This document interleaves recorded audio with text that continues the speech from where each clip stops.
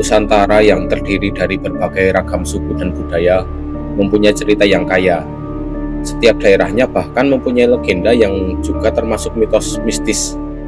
Salah satunya mitos mengenai hantu Banaspati. Banaspati populer dalam cerita rakyat di Pulau Jawa dan Pulau Kalimantan. Banaspati konon disebut memiliki rupa layaknya bola api terbang atau manusia yang terbakar. Sosok makhluk gaib ini dipercaya memiliki guna sebagai media untuk mengirimkan teluh yang dapat menewaskan korbannya. Meski begitu, sosok Banaspati juga kerap ditemukan dalam relief candi-candi di Jawa. Gambar Banaspati pada umumnya dapat ditemukan di atas ambang pintu masuk candi.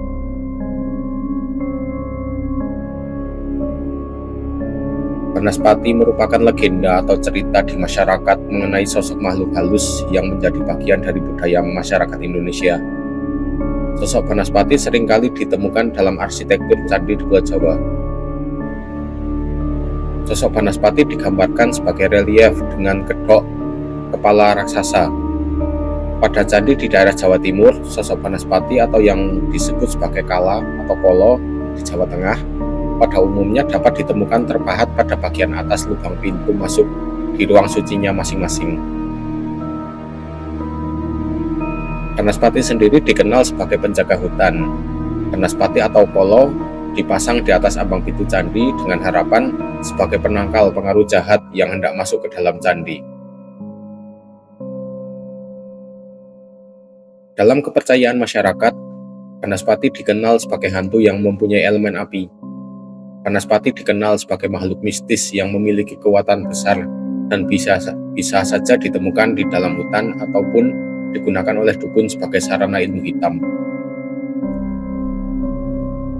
Banaspati dikenal mempunyai dua wujud yang berbeda, yaitu memiliki bentuk bola api yang hidup di antara pepohonan besar di tengah hutan dan bentuk manusia api. Wujud bola api ini dipercaya dapat bergerak dengan cara melayang atau terbang di antara satu pohon ke pohon yang lain, atau dari satu tempat ke tempat yang lain. Konon, wujud asli Banaspati hanya memiliki ukuran segenggam tangan orang dewasa. Tetapi jika korbannya merasa ketakutan, maka wujud bola api ini akan semakin membesar dan bisa memangsa korbannya. Sementara itu, apabila dalam wujud keduanya, Banaspati dipercaya memiliki wujud layaknya manusia, tetapi tubuhnya diselimuti dengan api yang membara. Dalam wujud manusia berselimut api ini, Banaspati dikatakan bergerak dengan berjalan menggunakan kedua tangan, sementara kakinya menghadap ke arah atas. Banaspati dalam wujud manusia api akan mengejar dan menjulurkan lidah api ke mangsanya yang dapat membuat korbannya terbakar.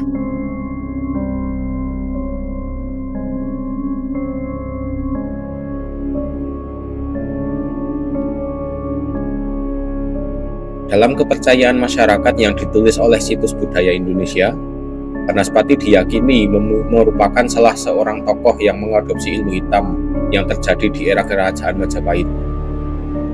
Banaspati adalah salah satu raja lautan yang merupakan keturunan dari siluman atau bangsa api. Ketika Banaspati memimpin bangsa siluman, banyak sekali manusia yang menjadi korban dari keganasannya. Meski demikian, berkat pertolongan dari Nabi Khidir, akhirnya Raja Banaspati bisa dibunuh. Menurut hikayat, pasca Banaspati dibunuh oleh Nabi Khidir, ternyata masih ada keturunannya yang memiliki nama Setan Kober. Setan Kober ini diyakini hidup 500 tahun pasca Banaspati dibunuh.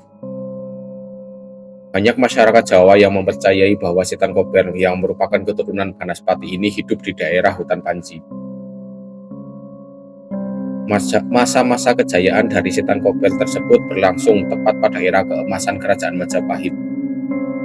Pada masa itu, ketika belum mempunyai kekuatan dan belum mempunyai kerajaan, Setan Kober ini memutuskan untuk melakukan kerjasama dengan Patih Gajah Mada untuk membumi hanguskan para pemberontak serta melakukan perang melawan kerajaan-kerajaan Islam yang juga meliputi kerajaan Demak.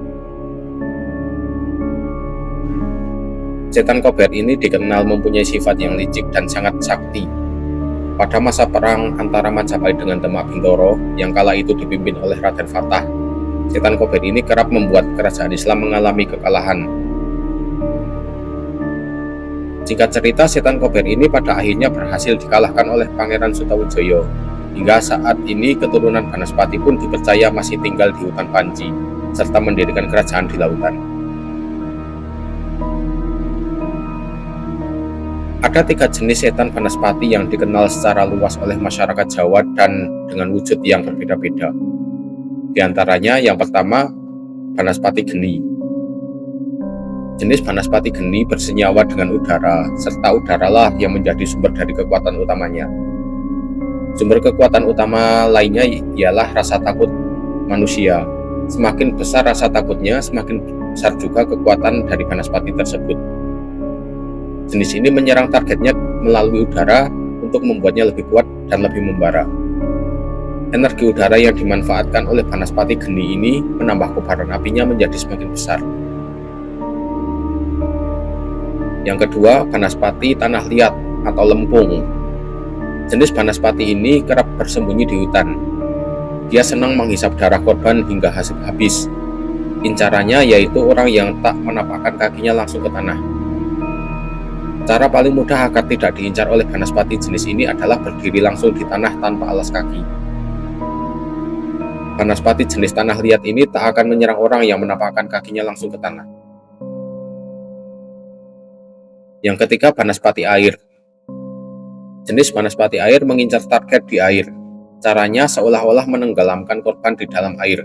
Padahal sejatinya korban sudah dia hisap darahnya terlebih dahulu oleh Banaspati tersebut sebelum akhirnya ditenggelamkan. Untuk menangkalnya, menurut para sesepuh zaman dahulu, Banaspati tidak akan mendekati orang yang bersentuhan langsung dengan tanah.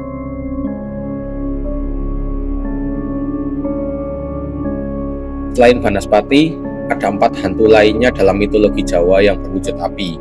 Berikut perbedaan hantu berwujud bola api dalam kepercayaan masyarakat Jawa selain Banaspati. Yang pertama, hantu Kemamang. Makhluk halus atau hantu yang disebutkan mempunyai perwujudan berbentuk menyerupai bola api, yang oleh masyarakat setempat disebut oleh Kemamang. Penampakan Kemamang diceritakan tampak melayang-layang dari jarak jauh, serta terus mendekati satu orang atau menyelusup dari satu pohon ke pohon yang lainnya. Kepercayaan adanya hantu Kemamang ini paling populer di daerah Jawa Tengah. Masyarakat setempat mempercayai bahwa kemunculan Kemamang ini selalu membawa petaka seperti maut atau bencana. Kemunculannya juga dipercaya bisa membawa penyakit yang menyerang jiwa seseorang.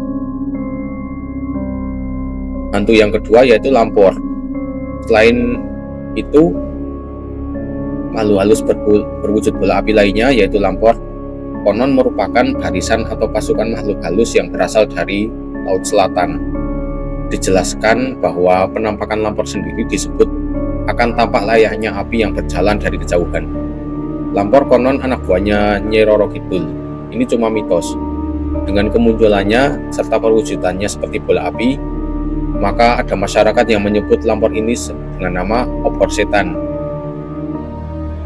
Lampor ini sama halnya dengan Kemamang dan Banaspati yang dianggap kemunculannya pasti membawa bencana karena mempunyai aura yang negatif. Rumah kalau kemasukan Kemamang tidak bagus, itu pertanda akan ada yang sakit. Aura dari ketiga jenis ini, yaitu Banaspati, Kemamang, dan Lampor, sangat buruk, membawa akibat buruk bagi manusia, dapat membuat orang menjadi sakit, dan yang paling parah kalau menyerang psikis atau mentalnya. Hantu yang ketiga adalah Ndaru atau Pulung. Dalam masyarakat Jawa juga dikenal makhluk halus dengan wujud bola api lainnya, yaitu Ndaru atau Pulung. Ndaru atau Pulung adalah cahaya merah yang melesat di langit dan jatuh di tanah. Jatuhnya biasanya di sekitar rumah maupun di lingkungan warga. Ndaru atau Pulung ini juga disebutkan kerap muncul pada malam hari. Benda perwujudan Ndaru atau Pulung ini dapat beraura positif atau negatif, tergantung jatuhnya kapan. Jika jatuhnya cahaya merah itu di hari yang menjelang pagi, itu mempunyai aura positif atau bagus. Jika jatuhnya tengah malam, itu kurang bagus auranya, bisa mendatangkan penyakit. Bahkan ada juga yang memiliki anggapan bahwa cahaya merah yang menjadi perwujudan Ndaru atau Pulung itu yang jatuh di tengah malam adalah jengges atau tenung. atau juga disebut santet. Hantu yang keempat yang mirip Banaspati adalah pulung gantung. Di daerah Gunung Kidul, masyarakat mengenal hantu bola api dengan sebutan pulung gantung yang dipercaya bisa membuat orang menjadi terganggu jiwanya. Pulung gantung ini dipercaya dapat membuat seseorang terdorong untuk melakukan bunuh diri atau lebih spesifik gantung diri. Karena itu namanya pulung gantung. Orang yang kejatuhan pulung gantung akan mengakhiri hidupnya dengan gantung diri. Ironisnya, peristiwa ini dipercaya terjadi secara berantai. Misal gini, apabila hari ini ada yang mengalami kejatuhan pulung gantung adalah rumah si A, maka besok bisa jadi rumah si B, rumah si C, atau rumah-rumah lainnya yang berdekatan atau di sekitarnya. Akan tetapi, konon pernah ada penelitian yang menjelaskan bahwa bunuh diri yang terjadi di kawasan itu memiliki kaitan dengan hutang. Orang-orang yang melakukan bunuh diri di sana umumnya disebabkan oleh banyaknya hutang yang dimiliki. Nah, mana yang benar kita tidak pernah tahu jawaban aslinya. Akan tetapi, bahwa kepercayaan gantung diri karena kejatuhan atau memperoleh pulung gantung ini memang ada. Bila dikaitkan dengan hutang, rasanya fenomena bunuh diri ini memang masuk akal. Seperti telah diketahui, bagaimanapun orang yang terlilit hutang bisa jadi akan melakukan apapun, termasuk hingga bunuh diri seperti itu. Apalagi jika yang bersangkutan mempunyai rasa malu yang tinggi, dan rasa malu ini memiliki keterkaitan juga dengan harga diri. Mungkin cukup sekian pembahasan mengenai Banaspati dan beberapa penjabaran dan jenis-jenisnya, serta beberapa jenis hantu yang mirip dengan Banaspati. Di balik semua fenomena dan mitos yang beredar, semoga kita semua senantiasa diberi keselamatan dan terhindar dari segala mara bahaya. Amin.